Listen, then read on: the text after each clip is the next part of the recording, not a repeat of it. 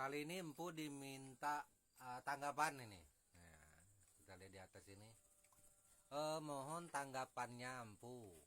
Nah, Empu terkait Panglima Kijang alias Tarmiji yang bawa-bawa nama benua Bentian Tunjung.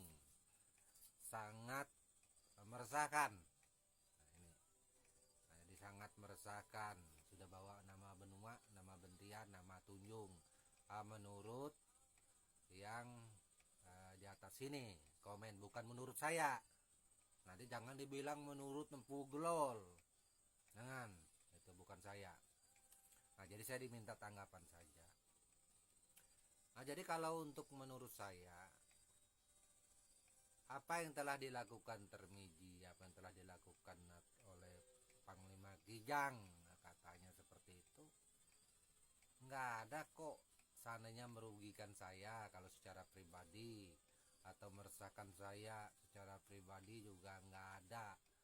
Terus umpamanya itu mengganggu kredibilitas saya sehingga saya menurun omset atau apapun, nggak ada. Nah, jadi nggak ada ngaruhnya seperti itu. Nah, kemudian untuk masalah kepanglimaannya sendiri, seandainya itu dikatakan meresahkan, saya juga bingung dari mana sih yang bisa meresahkan ya, karena nama panglima ini banyak kok yang memakai gelar panglima. Ke panglima benar atau enggak kita juga nggak tahu itu. Kenapa? Karena memang tidak ada aturan adat atau pelarangan orang membuat gelar-gelaran atau julukan-julukan tersebut, memang nggak ada. Nah itu, jadi apa yang beliau lakukan untuk masalah sukunya, silakan tanya langsung sama beliau saja. Silakan aja langsung temuin, itu temuin, tanya, saudara Tarmiji asli orang Dayak Benua atau bukan, orang Tunjung, orang Bentian atau bukan, seperti itu. Silakan aja tanya langsung. Nah, jadi kalau seumpamanya ditanyakan kepada Empu, saya Empu juga nggak tahu. Nah, beliau sukunya apa juga saya nggak tahu itu.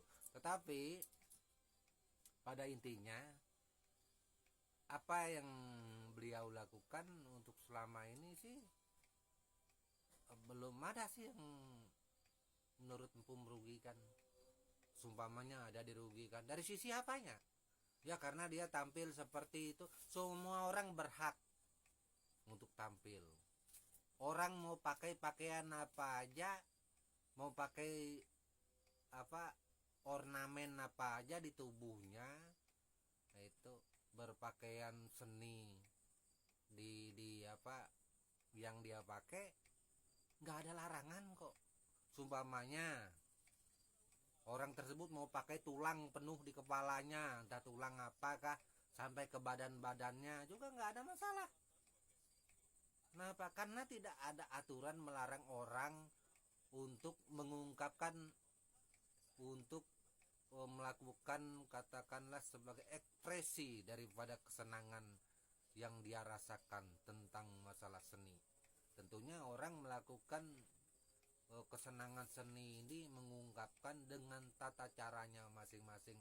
Itu nggak boleh kita batasi, nggak boleh kita larang, karena itu sudah hak pribadi orang lain. Contoh itu, katakanlah Empu ini, bukan Dayak umpamanya. Saya ini bukan suku Dayak gitu, tapi saya cinta seni budaya Dayak. Nah, kemudian saya pakai kalung tulang di leher saya sampai penuh, bahkan di topi saya penuh dengan tulang. Apakah itu melanggar atau merugikan orang Dayak? Enggak, itu kesenangan saya. Nah, itu enggak ada merugikan.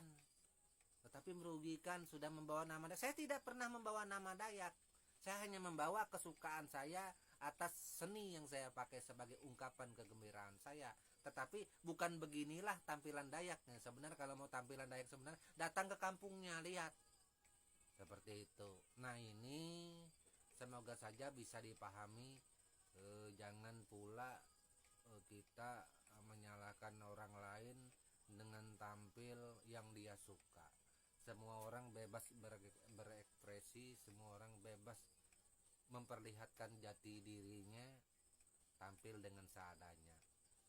Namun kadangkala orang-orang di luar sana yang salah, yang menganggap begitulah tradisi suku Dayak yang asli, semuanya pakai tulang penuh atau lain-lainnya.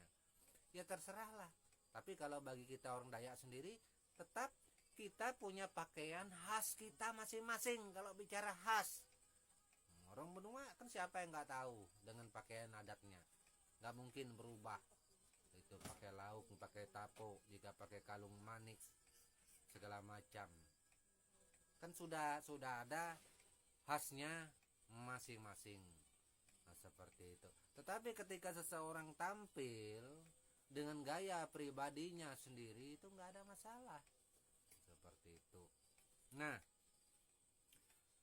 itu kemudian ada juga kemarin yang bertanya, Empu ini kapasitasnya apa sih? Bisa Empu mendenda orang? Bisa, saya bisa mendenda orang. Tapi Empu bukan kepala adat. Saya memang bukan kepala adat, tapi saya sudah tutus sampai ke Seniang Besara. Saya berhak mendenda orang ketika orang itu melakukan kesalahan terhadap saya, apalagi fatal. Boleh. Gitu. Karena tidak semua orang sampai tutus sampai ke Seniang Besara, banyak kok yang tidak sampai ke sana. Saya sudah sampai. Nah, jadi ini, jadi jangan.